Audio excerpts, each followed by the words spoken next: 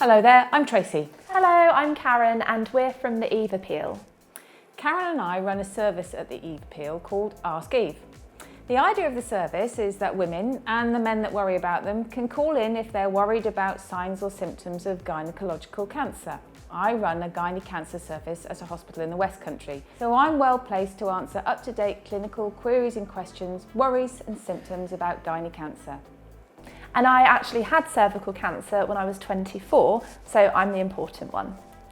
But seriously, I'm one of 58 women who are diagnosed with a gynaecological cancer every day in the UK. And sadly, 21 of those women won't be alive in 5 years after their diagnosis. Today, we're here at the home of our friends Pink Parcel. Yay. We want to talk to you about signs and symptoms of gynaecological cancer. First up, we have ovarian cancer.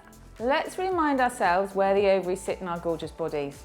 Okay, we girls have a womb, our vagina and cervix, the fallopian tube, and attached on either fallopian tube are our lovely ovaries. So ovarian cancer is the second most common of the gynaecological cancers, but it's the one with the worst outcome because the symptoms are very, very sneaky. They're often confused with other less serious conditions. Those symptoms in the main are change in bowel habits, so that could be diarrhea or constipation, something that's not your norm.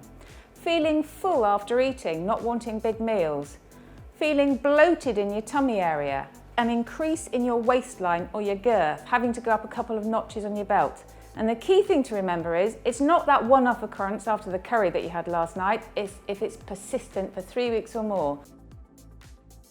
So next up we have womb cancer, which is the most common of all of the gynaecological cancers. Over 9,000 women are diagnosed with womb cancer every year in the UK. Tracy, where's the womb? I'll remind you, Karen. Thank you. Oh yeah, there it is. Here's the womb. Okay, signs and symptoms. You shouldn't be bleeding outside of your menstrual cycle. So if you're postmenopausal, if you've had sex, let's just talk about sex, baby. She always talks about sex, baby. I love sex. If you bleed after sex or bleed in between your periods, or if you're menopausal, that shouldn't be happening. So next up we have cervical cancer. So cervical cancer is the reason we have smear tests in the UK. They look for abnormal cells in the cervix, which if left untreated could potentially turn into cancer. Tracy, where's the cervix? Thanks, Karen. So, here we go. The cervix sits here. Actually, no, this is my moment. I had cervical cancer, so now I'm going to shine. So, I had abnormal bleeding for a few weeks before I went to the doctors. So for me, that meant a little bit of blood in my discharge, and a couple of times after I had sex, there was a lot of blood, and that was really, really scary. And my boyfriend at the time said, "Oh baby, is it because my dick's too big?" Have you ever had that problem, Tracy? Never. Me neither.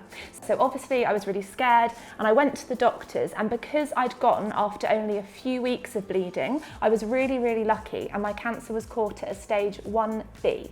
So ladies, if you're having any type of abnormal bleeding, like we mentioned before, please go to the doctor because it is a key symptom. Number 4 is vaginal cancer. Yes, that's a thing. Tracy, where is the vagina? Hidden on the inside. I'll show you. Signs and symptoms, Karen. Right, well here we go. That's nice, isn't it, Tracy? So signs and symptoms of vaginal cancer are quite similar to cervical in the abnormal bleeding, you know what that is by now, and abnormal discharge, a bit of blood in the discharge, but also anything that feels different like a lump or a bump inside the vagina is worth going to the doctor with. Last but not least, we have the vulva. Tracy, please show me your vulva. And here's my vulva, but the pictures aren't to scale, just to confirm. As you can see, our vulvas look different. So just as everybody's nose on their face looks different, every woman's vulva looks different. We want you to go home and have a look at your vulva so you know you're normal. That's because then you can check out for any signs and symptoms, which are, Karen? An itchy vulva, any changes in the skin colour or texture around your vulva, and any lumps and bumps that just aren't quite right. Thank you so much for watching this video. I'm really honoured to have been able to talk about gynecological health today with you all. And I'm really chuffed to have been able to show you my bits. But seriously though, this is a really important topic.